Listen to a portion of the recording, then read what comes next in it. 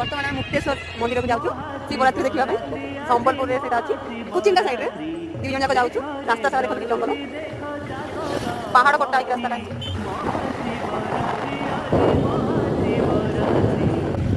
देखो रास्ता और दुईटा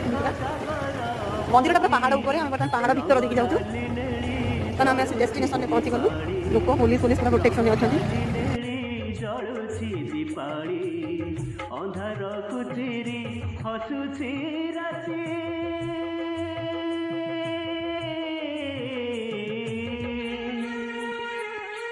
महाशिवरात्रि आज महाशिवरात्रि देख रे जड़ुची देख जागर बती